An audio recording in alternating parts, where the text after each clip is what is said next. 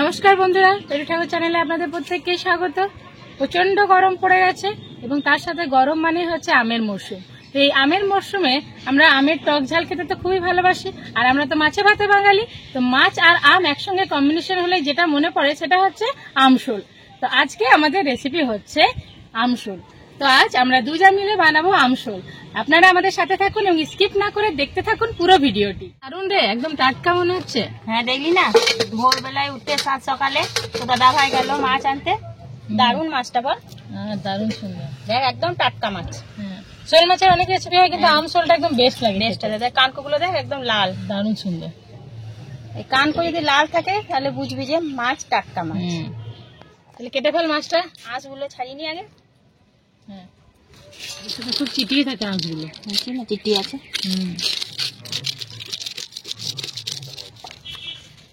এবার কেটে নি বল। কেটে নে মাছটা।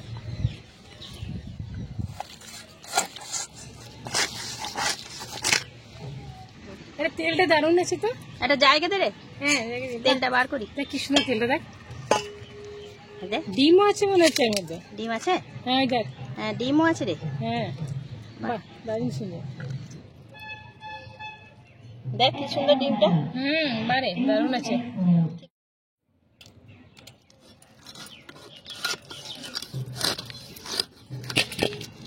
স্লিপ করে যাচ্ছে।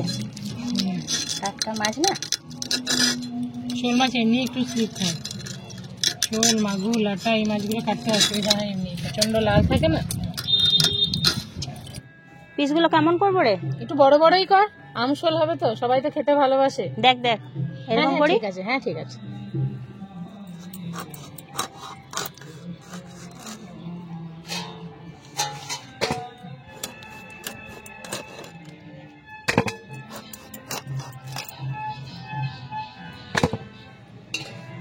মাছ কাটা একটা নেশাও থাকে না। আর কাটার পরে মাছটা কেমন এইরকম হাত দিলেই বোঝা যায়। দেখ পিস করার পর একদম প্লেন থাকলে না মাছটা বোঝা যায় যে শক্ত আছে একদম, না বোঝা যাচ্ছে যে টাটকা আছে। পেটি বার করি বল। দেখ কত শক্ত পেটিটা, খুব শক্ত।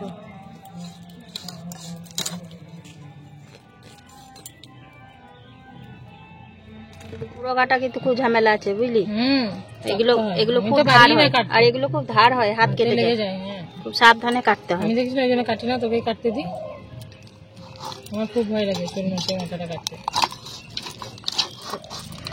এখানটা পার করি। এবার হয়ে যাবে, হাতে লাগাস না।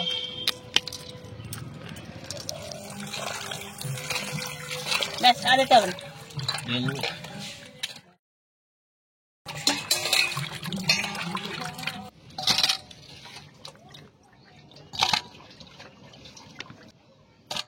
মাছগুলো আমার পিস করা হয়ে গেছে, এবার আমের পালা। তা আমগুলো কেটে নেবো। ওইটা আমি ছাড়িয়ে দিই। নে আর একটা দে, মুখে কেটে দিই।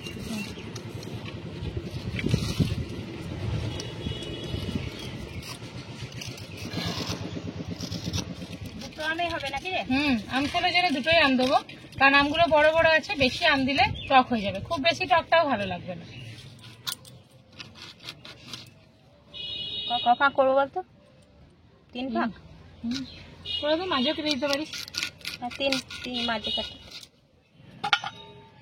আম আর শোল দুটোই কাটা হয়ে গেছে, এবার আমরা রান্নার দিকে এগিয়ে যাবো। চল তবে আমরা রান্নাটা সেরে ফেলি। চল। মাছটা নুন হলুদ মাখিয়ে নে। হ্যাঁ দে, মাখিয়ে নে। লাগবে? আর লাগবে আনা হলুদ দে, বাস আর দিস। ডিমটা ভাজা ভালো লাগবে, খাবো। হাতে খাবি না গরম গরম ভাজা? না, গরম গরম ভাজা খেয়ে নেবো। তাই খেয়ে মাছটা ভালোভাবে নুন হলুদ মাখানো হয়ে গেছে, তেলটা গরম হয়ে গেছে। এবার মাছগুলো তেলের মধ্যে দিয়ে কড়কড়ে করে ভেজে নেবো।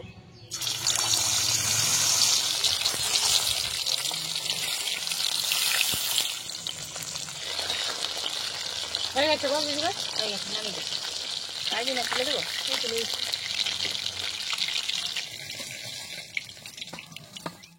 তুই যতক্ষণ মাছগুলো খাস আমি সরষেটা বেটে আনি। আচ্ছা ঠিক আছে।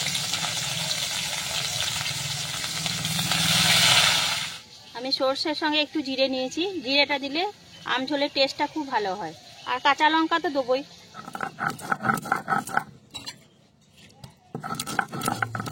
মাছগুলো ভাজা হয়ে গেছে, এবার ডিমটা ভেজে নে, খাবো বললি। হ্যাঁ, ডিমটা এবার ভেজে নি। গরম গরম তেলটা গরম হয়ে গেছে, এবার তেলের মধ্যে কয়েকটা পাঁচফোড়ন আর 3টে শুকনো লঙ্কা দিয়ে নিচ্ছি।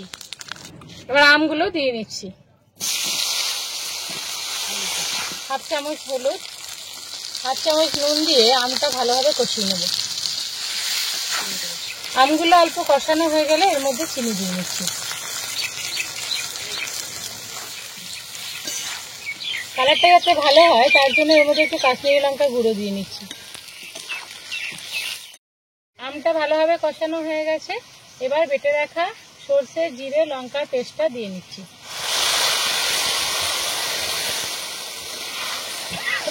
একটু জল লাগবে, বুঝলি? আমসল একটু ঝোলঝোলি খেতে ভালো লাগে, তাই জল দিয়ে নিচ্ছি। একটু নুনটা দেখ তো, ওই দে, নে জিভটা বার কর।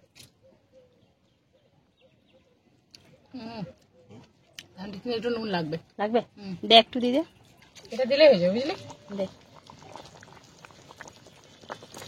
এবার মাছগুলো ফেল। ঝোলটা ফুটে উঠেছে, এবার মাছগুলো দিয়ে নিচ্ছি।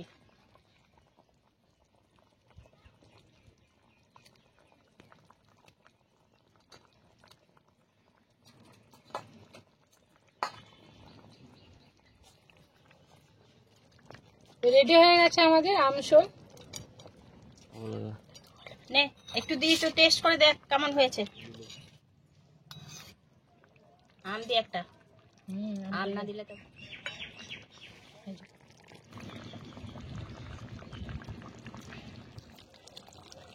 তো আপনারা বাড়িতে অবশ্যই এই পদ্ধতিতে আমসল বানাবেন, আর এই গ্রীষ্মের দুপুরে বাড়ির প্রত্যেককে গরম গরম ভাত আর আমসলের ঝোল পরিবেশন করবেন।